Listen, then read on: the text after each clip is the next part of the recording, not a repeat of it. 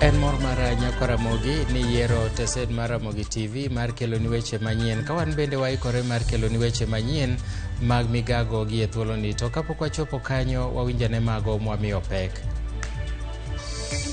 Anyuola moro e kaunti ma Kitui manyo wedegi auchiel magi chich ni nolal Shakahola. We are demystifying the notion that menstrual hygiene or periods for girls is dirty, is indecent, it is not. Jokanyo jiwo chenro mar pogo nyiri taulo mag ria ahinya to jopuonjre mang'ao. We are building a mega hospital at Magwagwa. It will be one of the biggest. It is a 200 bed capacity facility that will be handling only issues mental health. Lakteche manyamira obago puonj kod hocho e midhiero mar dangni mar paro.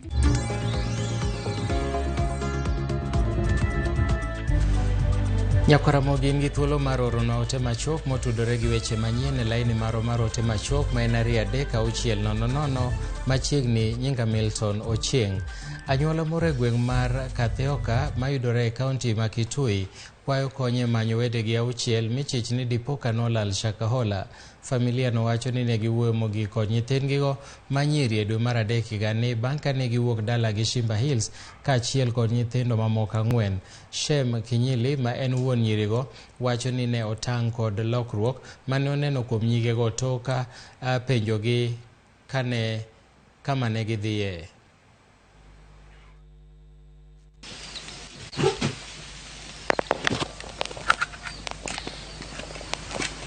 Kuna watoto wetu walikuwa wanakaa Mombasa na wakaenda wakaanza kushiriki ile kanisa ya Pastor Mackenzie, na walikuwa wanakaa huko Mombasa lakini wakahamia Shimba Hills.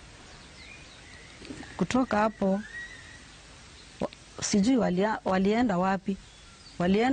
Nilisikia walikuwa wanaenda kwa kanisa ya Mackenzie, na tuliongea na wao mara ya kwanza tarehe 15 mwezi wa 3. Ndio tuliongea na wao na wakazima simu. Mambo yao nikaona yanapandilika kwa sababu niliona wakiwa wananyolewa nywele, wakija nyumbani na wauliza maswali. Kwani mmepandilika hivyo kwa nini? Hawanijibu. Kwa sababu wameolewa na siwezi kuambia chochote. Wao wakaendelea na kukaa huko. Na nikasikia wakanunua shamba huko Simba Hill. Na waliponunua shamba huko Simba Hill ndio walijenga na wakakaa huko. Sasa wakiwa na mabwana zao wakawa wanaishi huko. Lakini ile shida ilinitia ni hii wakati waliposikia walienda maombi na wakapotea. Sasa hiyo ndio shida niko nayo. Silali kwa sababu mzazi ni mzazi hata tukifanya nini. Eka prario gauchiel maglo manoma sikun secondary Manyabola Girls e kaunti ma Homa Bay. EACC ne opimo tong' ma lop sikun no manyien ma oyudi ni eka prario gauchiel nogoloko momi kanisa moro e gwengego kendo ma olok nyinge ni Nyabola SDA Secondary School. Nyabola Girls manochaki higa 68 ne omi lop no kama bang'e noero nokawe kod riwruok mar Kenya Lakefield mane ogere skul moro mar secondary kachiel kod ute mamoko mag dak.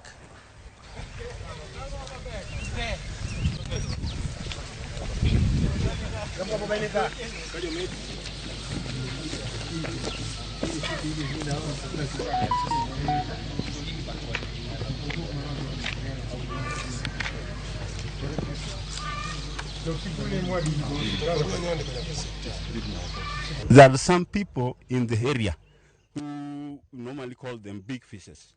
They want to pluck and they also want to trade inside this thing without us knowing as villagers. This is a government school, but right now we find that the school has been rented by the Advent Church, whereby we always talk with them to leave for us the school to go to the government as it was. Tunataka waende wawache shule. Hata Nyambula next tulianza juzi, inafanya vizuri kuliko hapa. Tangu ianze 69 hakuna watoto wameenda university, haijafanya chochote. Kwa hivyo tunaona afadhali waende wawache serikali watimishe vile serikali nataka na hiyo land. Currently we are carrying out an investigation touching on land parcel in Rachuonyo sub-county of Homa Bay. We received information that on that land is a school institution which was was initiated as a public institution, Nyabola Girls Secondary School, and with time, under circumstances that we are yet to establish, the same property was converted into a private institution and is being run privately now. It sits on a 10.6 hectares or approximately 26 acres of land.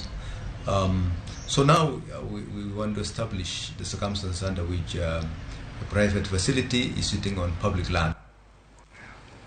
Piny owacho ma kaunti ma Migori ochako chenro mar tego somo e kuonde tiegruok mong'ere kaka TVETs mar bero somo kendo ywayo jopuonjre mang'eny.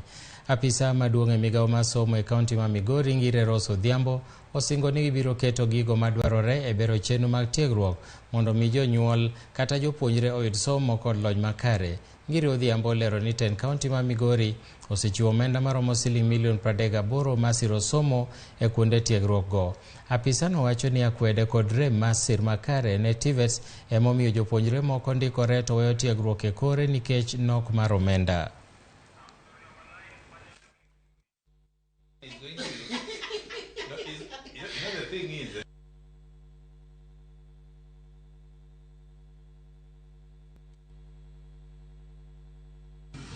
Kane wabiro mwadonjo wayudo ka nyithindo mang'eny onge kod geno. Moko kuomgi gidhi gi enroll to nikech yuto tin ka ae gweng' gi drop out. The governor wacho ni odwa dhi chiwo bursaries gi e institutions magwa mag these TVETs, the VTECs magwa ma community, mondo nyathi ka nyathi modonjo kik drop out. Kendo gimachielo ma wadwaro mondo watim kaka Department of Education, wamed gi jopuonj man gi lony mopogore opogore mondo mi these VTECs obedi ni kata nyathi modhiye bende nyalo yudo tiegruok mamalo ma ok oneno ni en norem omiyo onge gi geno kuom ndalo mabiro. Chenro mag chiwo puonj ne nyithindo manyiri e yore mag ritruok e kinde mag ria timore kar dak ma Manyata e kaunti ma Kisumo. Jopuonjre 600 oyore puonj makamano ka koro ripota maro Millicent Adhiambo lero no mathoth. Millicent, nyithindo manyiri jarem chope somo kaponi ok giyudo yore makare mag ritruok e kinde mag ria.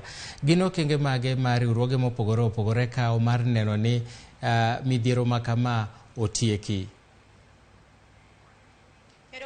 Milton achiel kachiel kwa wuoke skund primary ma Manyata kuma nie Manyata e ward kuma riwruok mar rowere ma ong'ere kaka Mr. and Mrs. Manyata ma ochung' ne kedo ne yore mopogore opogore e kaka rawera nyalo rito ngimane kawuono chako chenro kendo gikelo rowere manyiri maromo 600 mar puonjogi e yo kaka ginyalo ritore kinde ma gin giria. An kod jatelo ma bende nochako chenro no mondo nyiswa en owuon ni to odiochieng' ma kawuono ang'o miyo chopo kod chenro mar neno ni nyathi manyako opuonji kaka onyalo ritore kendo yudo be gibiro yudo pok mag taulo ma ginyalo tiyo go ria mondo miyo konygi ngimagi ka gimedo dongo kendo gimedo somo ma ok ging'uko chenro mar somo margi. Machiegni Nyakoro Mgajwang' abro chako kode en jatelo ma bende nochako chenro no eri ma bende obro lero nwa ni to kawuono uchopo kaendi tisebedo kitimo bende chenro mopogore opogore ma kawuono ni ang'o miyo ni chopo geno ni nyithindo manyiri ma sana to moko manie klas 7 8 kod klas 11 kadhi nyime bende pok ong'eyo matuta inya kotiyo kod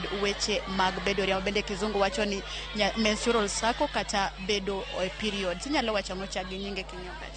Nyinga Clara Onyango, I'm a founder and CEO of Mr. and Miss Manyata.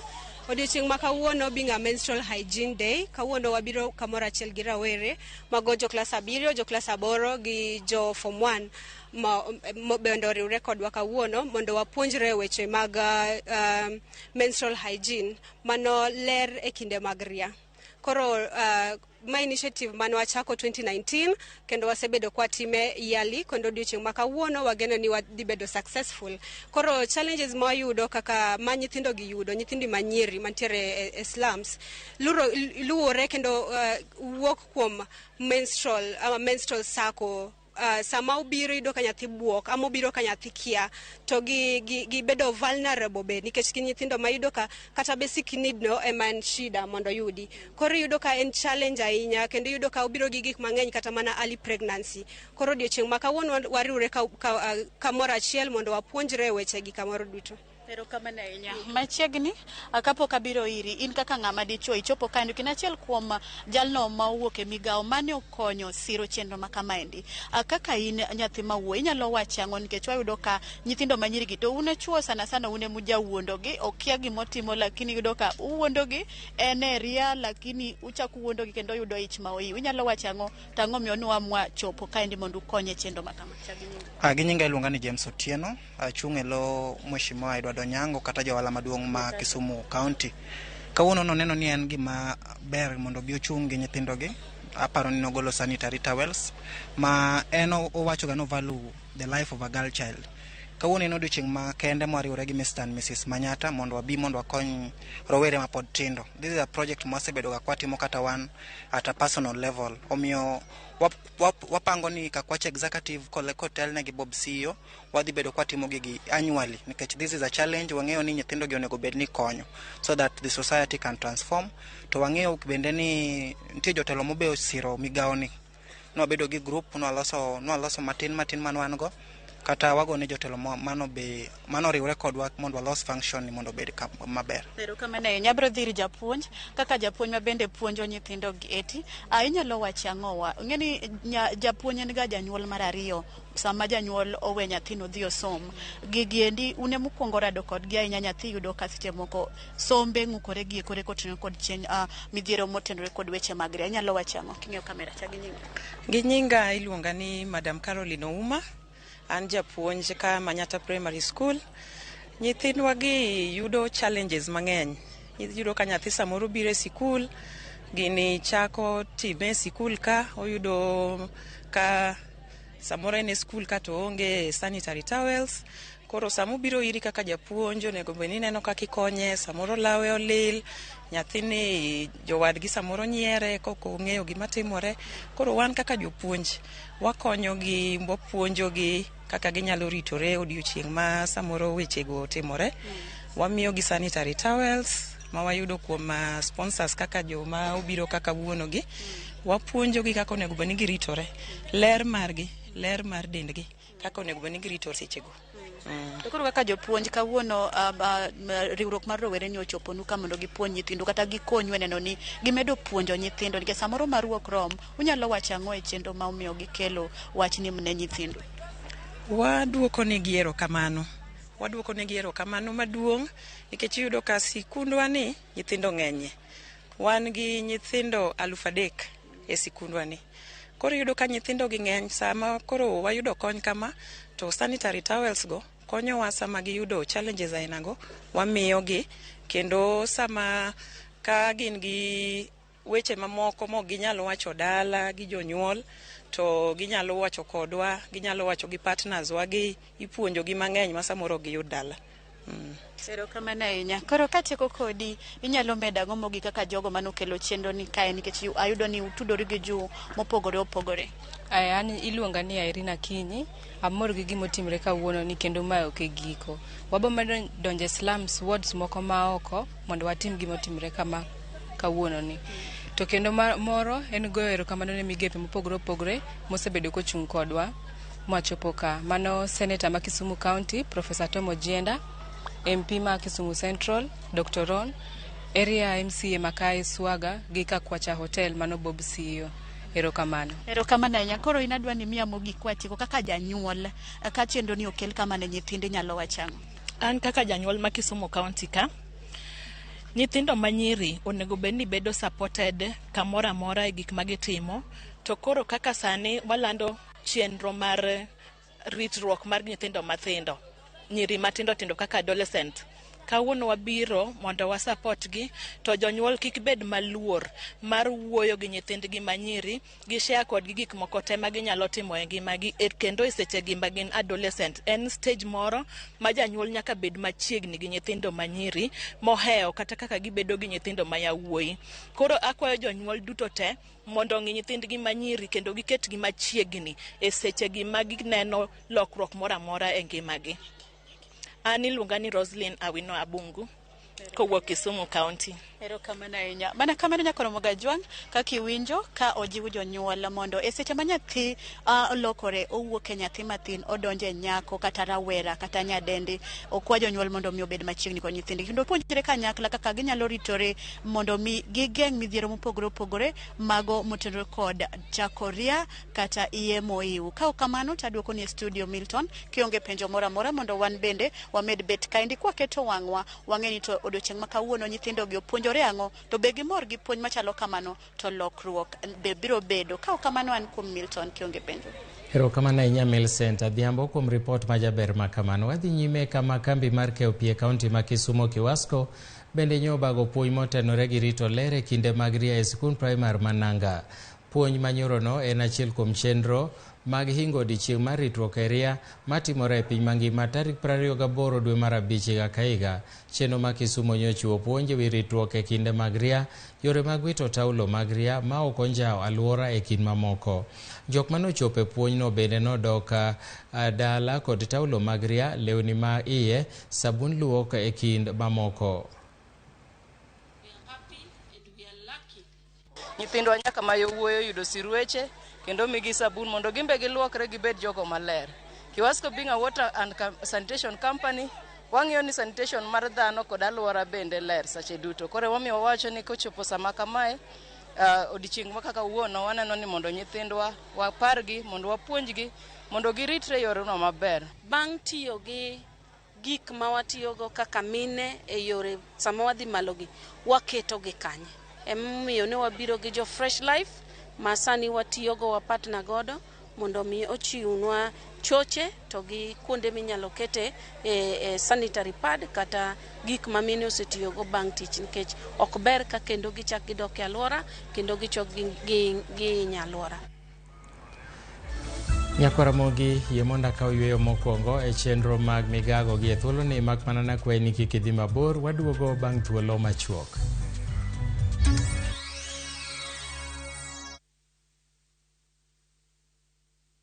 Funga season kishabiki. Jishindie Smart TV kwa shabiki.com kila wiki. Predict games za leo ndani ya shabiki.com kwa kutumia 100 bob pekee. Na uwe mmoja wa washindi wetu wawili wa Smart TV kila wiki. Jishikie Smart TV na so moja ndani ya shabiki.com. Tembelea shabiki.com ili kushiriki. Not for persons under the age of 18. BCLB number 416. Shabiki.com. Jatelo mano biro kae nyoro odwari warus kodi. Hera motwere kidi Lwanda omuoche kindo osiepe ariyo. Jitengi neno no kende ok nyal romo, wange gi nyaka miriambo thinyore lela kendo kelo mirima kod lit. Anang'ini do ng'at maber kaka bende anyuola kod osiepe nyalo donjo e kindo osiepe ariyogi.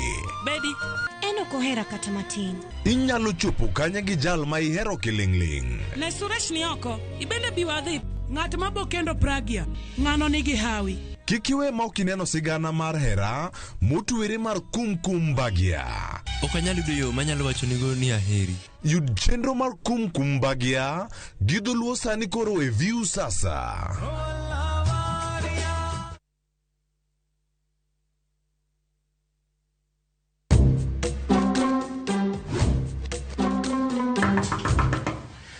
Nikom, go home. Aki Nikom, mbona mmechange password ya wifi? Aki simnipe tu hiyo password.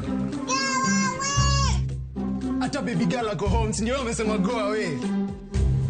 Bro, mambo janjes, takusuma majirani. makes us smarter. Dial *334# to enjoy 1 GB at 50 Kenya shillings for 24 hours. Bundle exclusively available on Airtel Money. Okay, nimeshasoti hiyo 1 GB. Sana data yako kakuko tu.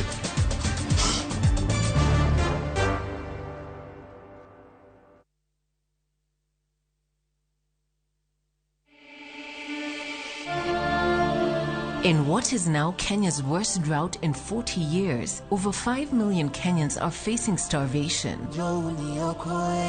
And almost 1 million children are staring into an uncertain future due to hunger and malnutrition. The situation is predicted to get even worse in the coming months. Our time to act is now. We have always been there for each other in the spirit of togetherness. One people, one nation.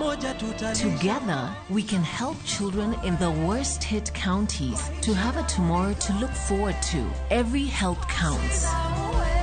To send your donation, dial *802# on your phone or visit www.saidika.co.ke, an initiative of Kenya Red Cross Society and Saidika.